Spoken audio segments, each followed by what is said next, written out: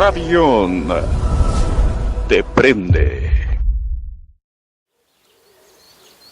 Saludos México, les habla Sandoval desde los pies de la Sierra de Madrid, España, a los seguidores de Radión, la radio de los actopeños.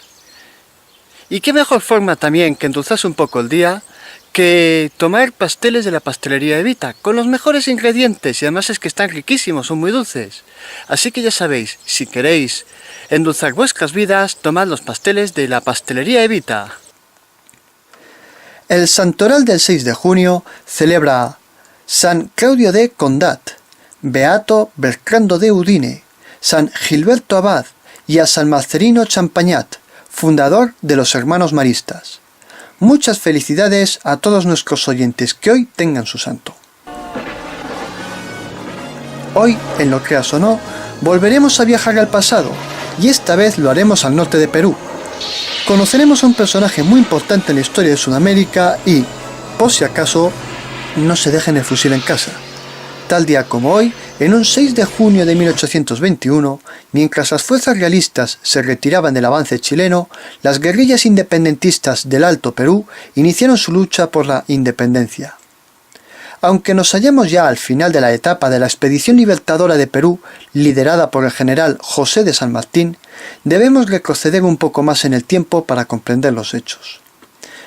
Perú, sin lugar a dudas, fue la principal área rica en oro del Imperio Español y, desde los tiempos de la conquista del Imperio Incaico, fue el eje de un sinfín de conspiraciones y luchas internas para lograr hacerse con el control del virreinato. De hecho, se produjeron guerras entre los conquistadores españoles para hacerse con el poder de Perú. El hermano del conquistador Francisco Pizarro, Gonzalo Pizarro, fue la primera persona que se había atrevido a desobedecer a la corona española y llegó a gobernar Perú de forma independiente durante 4 años. Sin embargo, el motivo por el que Gonzalo Pizarro desobedeció al emperador español Carlos I fue que no quería aplicar las leyes nuevas ideadas por Fray Bartolomé de las Casas para defender los derechos de los aborígenes americanos, siendo estas leyes el cimiento de los actuales derechos humanos. Tras 4 años de gobierno independiente, la corona española envió a un ejército para poner fin al gobierno independiente de Gonzalo Pizarro y de los corregidores que le apoyaron. El hecho de que la administración del emperador recuperara el control de Perú no significaba que en aquel territorio se aplicaran los derechos que protegían a los pueblos indígenas. De hecho, se cometieron varios abusos que dieron lugar a distintas protestas, levantamientos y revoluciones indígenas. Desde el intento de la reconquista del Imperio Incaico por los propios incas, pasando por sucesivas protestas, motines y revoluciones a lo largo del siglo XVIII, hasta llegar a las conspiraciones de principios del siglo XIX. De todos los procesos de las independencias hispanoamericanas, Perú destaca por ser impulsada por los indígenas, en lugar de por los aristócratas criollos, como había sucedido en la mayoría de los casos. Pese a que los indígenas peruanos hicieron diversos intentos de independizarse durante la década de 1810, no lograron ninguna victoria decisiva frente a las fuerzas realistas. Fue necesaria la intervención chilena, liderada por el general José de San Martín, que, lo crean o no, en España fue un héroe destacado en grandes gestas del ejército español en la guerra contra Napoleón Bonaparte entre 1808 y 1814. En 1820, el Virreinato de Perú acató la Constitución de Cádiz de 1812. Esta Constitución española era liberal y el virrey Joaquín de la Pezuela esperaba poder negociar con el general San Martín y poner fin a toda una década de guerra con los independentistas que estaba asolando a Chile y Argentina. Sus intentos por la paz fueron infructuosos, ya que los patriotas chilenos iniciaron la invasión de Perú. Los chilenos contaron con la ayuda de la Armada inglesa, lo que les dio cobertura a su movimiento por la costa, además de recibir víveres más deprisa por el mar, según avanzaban hacia el norte. La Armada española seguía siendo un obstáculo muy serio que daba muchos problemas.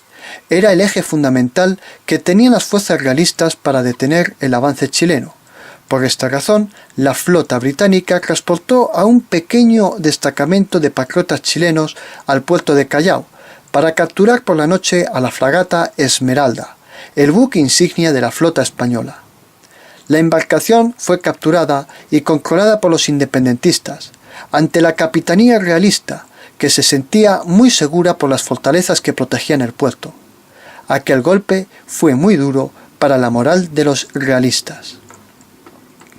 Mientras los chilenos habían conseguido avanzar por el norte de Lima, la capital, y la flota inglesa bloqueaba el puerto de Callao, el 29 de enero de 1821 se produjo el motín de Azanapuquío, en el que los realistas expulsaron al virrey Pezuela por su política y sus estrategias fracasadas, y nombraron virrey al norte José de la Serna, que logró contener momentáneamente el avance independentista, pero a finales de mayo de 1821 los patriotas chilenos iniciaron su ofensiva hacia Lima, y el virrey tuvo que abandonarla el 5 de junio, dejando atrás una pequeña guarnición que pronto sería asediada.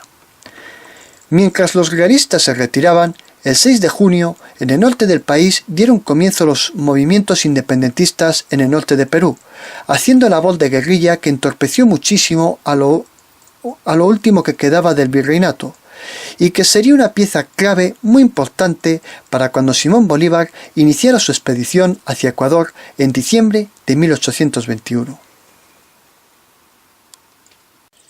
Y esto ha sido todo por hoy en Lo Creas o No, pero no cambien de emisora porque mis compañeros de Radión siguen emitiendo.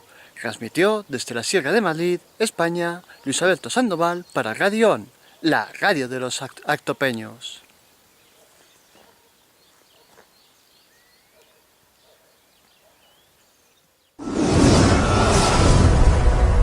Radión te prende.